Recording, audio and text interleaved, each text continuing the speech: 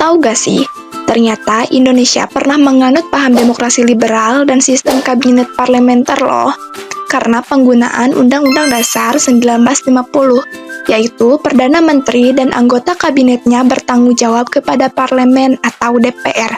Salah satu kabinetnya yaitu Kabinet Wilopo. Kabinet Wilopo adalah kabinet ketiga setelah jatuhnya Kabinet Sukiman tanggal 23 Februari 1952. Kabinet Wilopo diresmikan pada 3 April 1952. Sekarang, coba ceritakan gimana sejarah terbentuknya Kabinet Wilopo. Sejarah Kabinet Wilopo. Setelah jatuhnya Kabinet Sukiman dari jabatannya, kekosongan pemerintahan terjadi selama 35 hari yang menyebabkan krisis kabinet. Untuk itu, Presiden dan para pemimpin partai melakukan rapat dengar pendapat hiring. Presiden memanggil perwakilan dari pihak yang pernah duduk di kursi Kabinet Sukiman. Pimpinan partai berkeinginan membentuk kabinet baru yang kuat. Pada tanggal 19 Maret 1952, Soekarno menunjuk Wilopo sebagai formatur baru. Kabinet Wilopo ini dilantik pada April 1952 di bawah pimpinan Wilopo PNI. Kabinet ini adalah kabinet ketiga pada periode demokrasi liberal di Indonesia yang menggantikan Kabinet Sukiman. Dalam kabinet ini terdapat pembentukan Zaken kabinet, yaitu suatu kabinet yang didukung para menteri yang memiliki keahlian pada bidangnya masing-masing.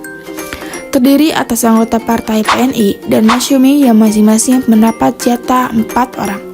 Adapun jatah tersebut diisi oleh 2 orang dari PSI, PKRI, Partai Katolik Republik Indonesia, Parkindo, Partai Kristen Indonesia, Parindra, Partai Indonesia Raya, Partai Buruh, dan PSI yang masing-masing 1 dan golongan tidak berpartai terdapat 3 orang. Pada masa kabinet ini, berkuasa banyak tantangan dan hambatan yang muncul, terutama adanya gerakan separatisme, peristiwa Tanjung Morawa yang ditunggangi PKI. Kemudian peristiwa 17 Oktober 1952. Nah, jadi itu dia sejarah terbentuknya Kabinet Wilopo. Terus, apa aja sih program kerja Kabinet Wilopo? Program kerja Kabinet Wilopo. Program dalam negeri menyelenggarakan pemilihan umum konstituante DPR dan DPRD, meningkatkan kemakmuran rakyat, meningkatkan pendidikan rakyat, dan pemulihan keamanan.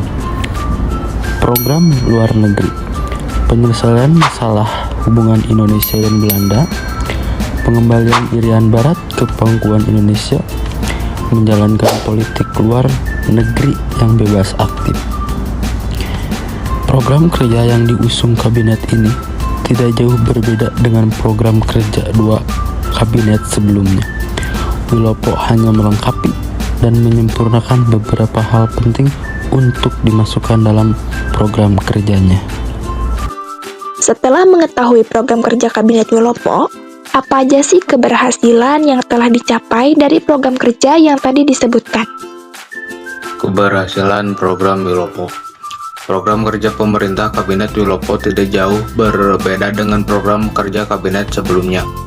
Kabinet Wilopo berusaha menstabilkan keadaan sosial, politik, dan ekonomi negara, dan Wilopo melakukan beberapa kebijakan pangan dengan mendirikan Bulog, mengeluarkan RAPBN, dan memenuhi perundang-undangan.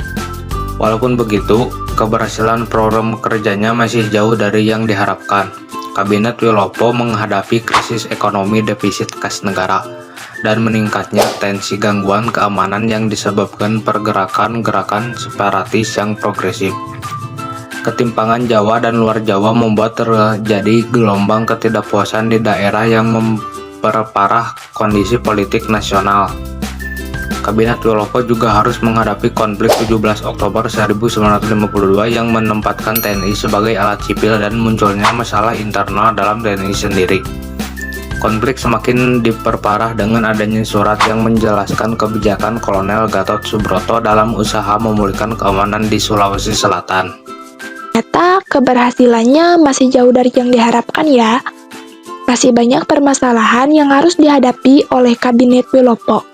Coba, sebutkan apa saja permasalahan yang harus dihadapi oleh Kabinet Wilopo. Masalah yang dihadapinya itu ada 4. Yang pertama, gerakan provinsialisme atau separatisme terutama muncul di Sumatera dan Sulawesi, didasari atas ketidakpuasan daerah terhadap pemerintahan pusat. Gerakan itu didasari atas kekecewaan dengan tidak seimbangnya alokasi keuangan dan menuntut perluasan hak otonom daerah. Kedua, kekecewaan dan tuntutan ditandai juga dengan munculnya perkumpulan-perkumpulan yang berlandaskan semangat kedaerahan, seperti Paguyuban Daya Sunda di Bandung dan Gerakan Federal Republik Indonesia di Ujung Padang. Ketiga, perselisihan dalam tubuh angkatan bersenjata dikenal dengan peristiwa 17 Oktober 1952, yaitu aksi dari kaum politik yang menimbulkan reaksi keras dari pihak Angkatan Darat.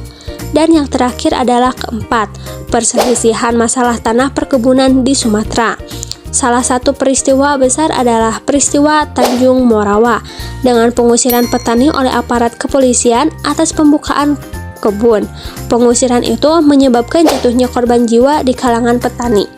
Ternyata permasalahannya cukup rumit ya. Terus, kenapa ya Kabinet Wilopo dibubarkan? Ada yang tahu? Sini biar aku jelasin.